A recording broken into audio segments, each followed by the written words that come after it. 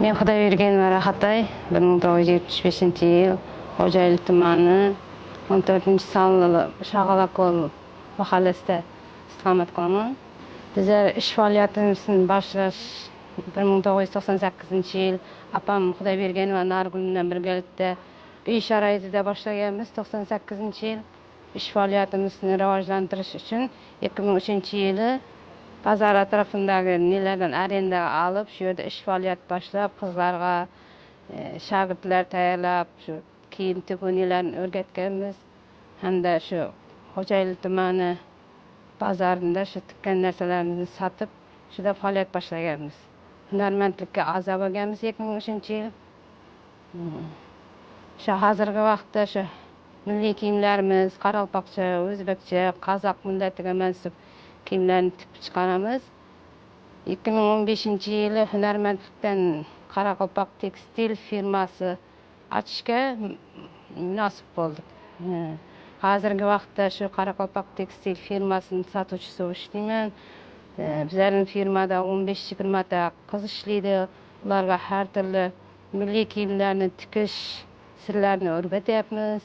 Hamda uyinda ishlaydigan yosh qizlar ham bor. Ular ham monchoq tikish sirlarini o'rganyapti.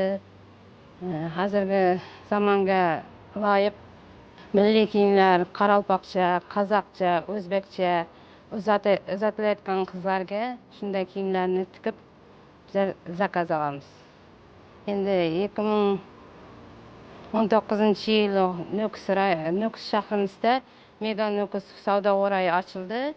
Shu Mega Nukus savdo o'rayidan magazin olib, hozirgi vaqtda shu o'zlarimizda ishlab chiqarilayotgan narsalarni xalqimizga sotyapmiz. 2019 yil Mega savdo o'rayini kelib ish faoliyatini yuritayotganda shu Renaissance shu bank shunday kredit beriladi deb shu yerdagi qashimdagi qizlardan eshitdim va murojaat qilib ko'ring deb bordim. Shu Renaissance bankka borib shunday men tadbirkorman, shunday milliy kiyimlar ishlab chiqaraman deb o'z nemimni aytganim uchun menga kredit bergan. Hozirgi vaqtda shu boshlang olgan kreditim 5 million bo'ldi, keyin 7 million bo'ldi. Hozirgi vaqtda 10 million kredit olib, shularni tovar olib, Toshkentdan monchoqlar kelib, shularga jumshab o'tiribmiz.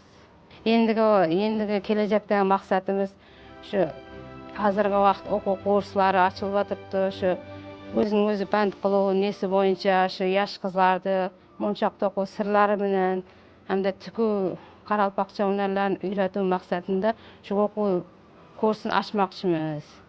Va shunda endi kelajakdagi maqsadimiz shiveniy seximizdan bir odan ham ko'proq jumush bilan ta'minlab, o'zini band qiluv yosh hayol qizlarni o'quvni bitirib o'tirgan qizlarni jumush bilan ta'minlash uchun, kengaytirish uchun shuni maqsad qilib qo'yganmiz.